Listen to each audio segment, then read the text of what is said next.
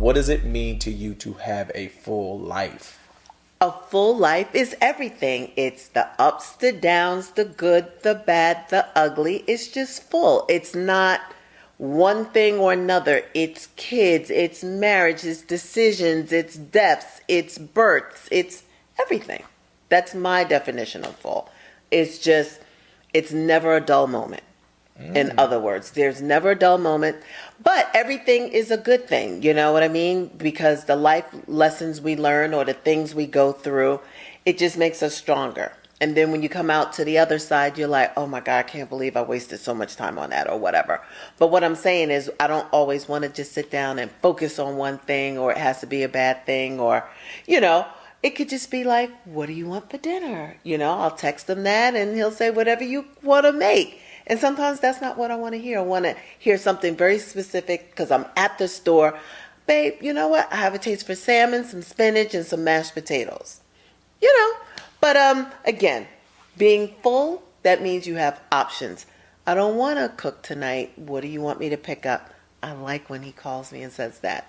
Ooh, that makes me so happy. That makes me happy. But the life is just full. We got grandchildren. We have kids in college.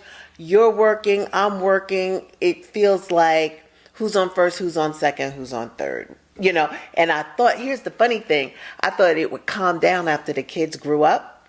Because when they were in school, one played football. One ran track. One was swimming. One was doing this. One was doing that. And it was like a pick up, a drop off, a pick up, a drop off. And I was like, oh my God, when is it going to stop? And now that they're older, it's the same. You just flew out.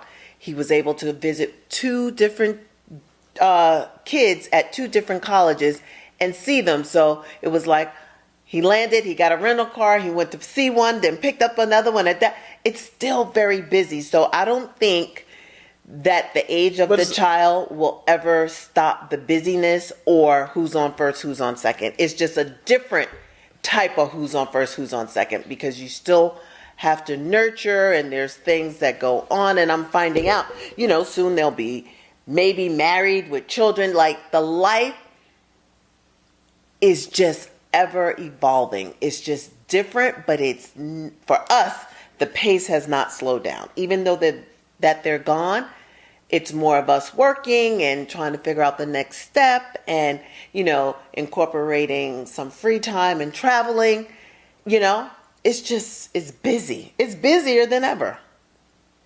It really is, because when they were small, I could control it.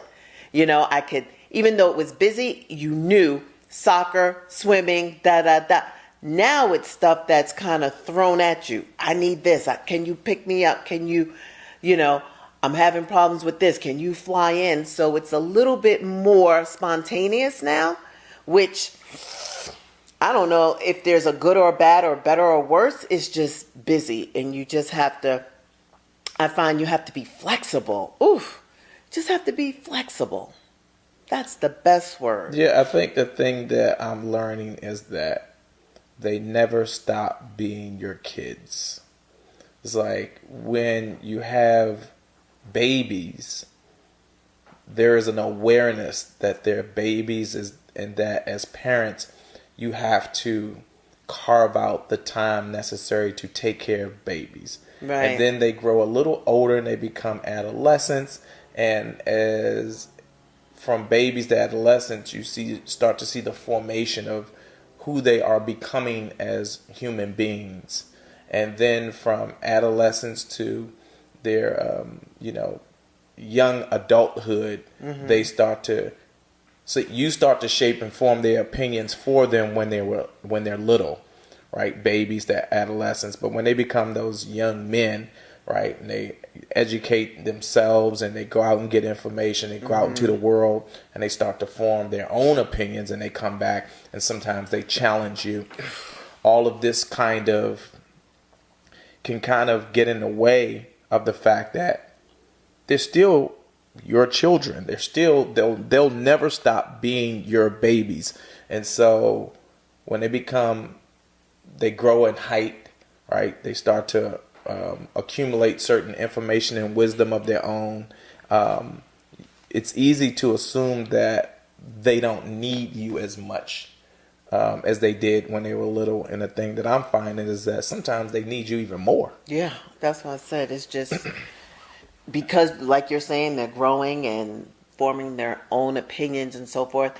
You think, oh, it's about to slow down. They can do for themselves. But I'm finding, in our family, that's not the case. We're forever going to be their parents. They're forever going to look for guidance and, Support, assistance, support, direction. and it just never stops. It's just different.